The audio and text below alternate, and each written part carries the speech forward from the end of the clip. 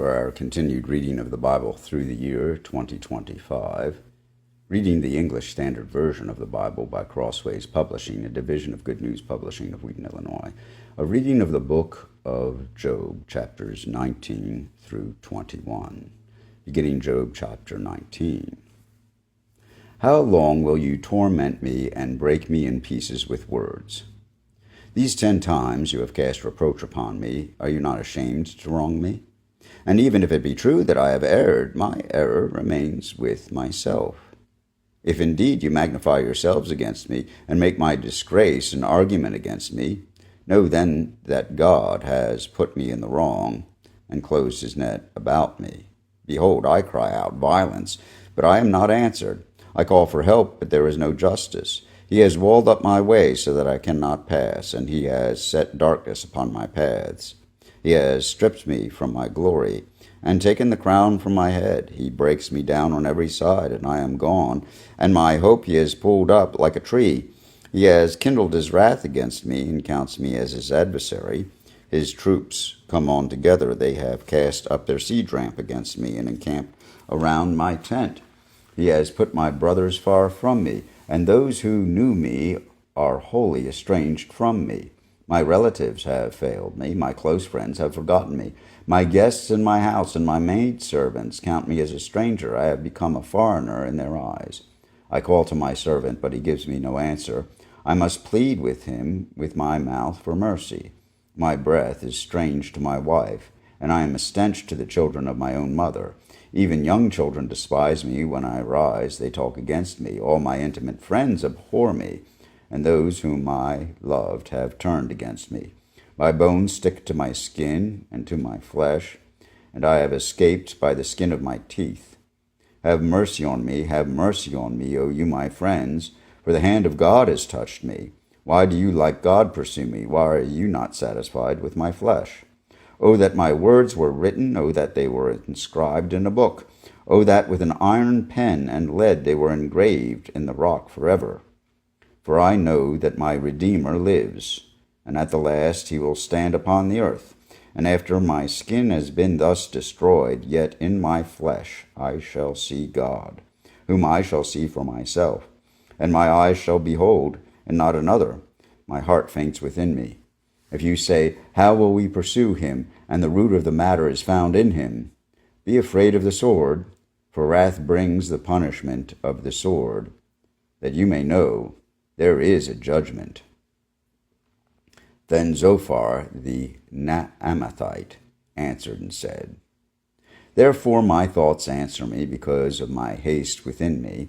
I hear censure that insults me, and out of my understanding a spirit answered me.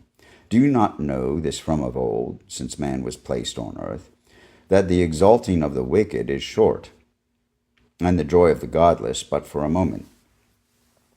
Though his thoughts mount up to the heavens, and his head reaches to the clouds, he will perish forever, like his own dung. Those who have seen him will say, Where is he? He will fly away like a dream and not be found. He will be chased away like a vision of the night. The eye that saw him will see him no more, nor will his place any more behold him. His children will ask the favor of the poor, and his hands will give back his wealth. His bones are full of his youthful vigor, but it will not lie down with him in the dust. Though evil is sweet in his mouth, though he hides it under his tongue, though he is loath to let it go, and holds it in his mouth, yet his food is turned in his stomach. It is the venom of cobras within him. He swallows down riches and vomits them up again. God casts them out of his belly. He will suck the poison of cobras. The tongue of a viper will kill him. He will not look upon the rivers, the streams flowing with honey and curd. He will give back the fruit of his toil, and will not swallow it down. From the profit of his trading he will get no enjoyment, for he has crushed and abandoned the poor. He has seized a house that he did not build. Because he knew no contentment in his belly, he will not let anything in which he delights escape him.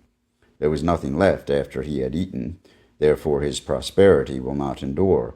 In the fullness of his sufficiency he will be in distress. In the hand of every one in misery will come against him.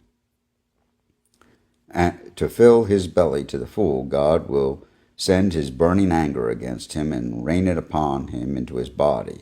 He will flee from an iron weapon, a bronze arrow will strike him through.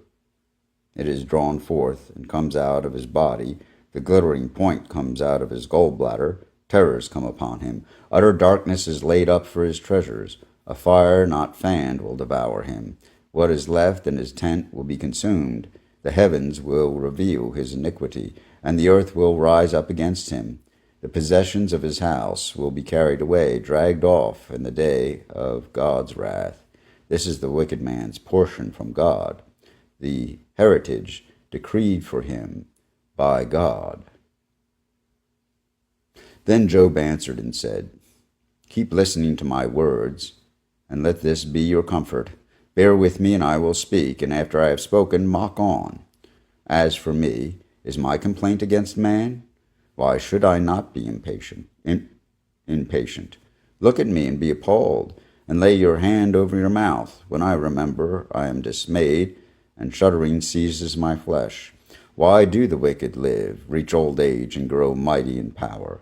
Their offspring are established in their presence, and their descendants before their eyes.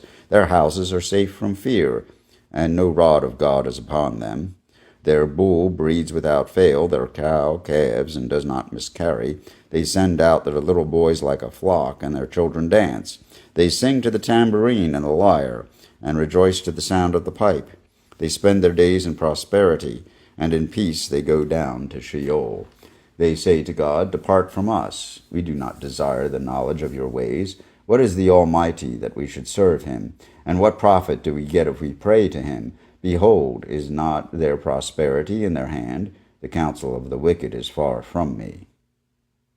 How often is it that the lamp of the wicked is put out, that their calamity comes upon them, that God distributes pains in his anger? They are like straw before the wind, and like chaff that the storm carries away. You say God stores up their iniquity for their children? Let him pay it out to them, that they may know it. Let their own eyes see their destruction, and let them drink the wrath of the Almighty. For what do they care for their houses after them, when the number of their months is cut off? Will any teach God knowledge, seeing that he judges those who are on high? One dies in his full vigor, being wholly at ease and secure, his pails full of milk, and the marrow of his bones moist. Another dies in bitterness of soul, never having tasted of prosperity. They lie down alike in the dust, and the worms cover them. Behold, I know your thoughts and your schemes to wrong me.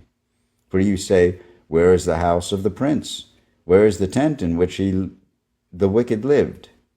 Have you not asked those who travel the roads, and do you not accept their testimony, that the evil man is spared the day of calamity, that he is rescued in the day of wrath? Who declares his way to his face, and who repays him for what he has done? When he is carried to the grave, watch is kept over his tomb. The clods of the valley are sweet to him. All mankind follows after him, and those who go before him are innumerable.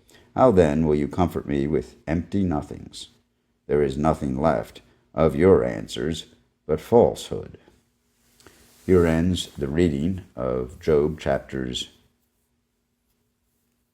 19 through 21, offered in the English Standard Version of the Bible by Crossways Publishing, a division of Good News Publishing of Wheaton, Illinois.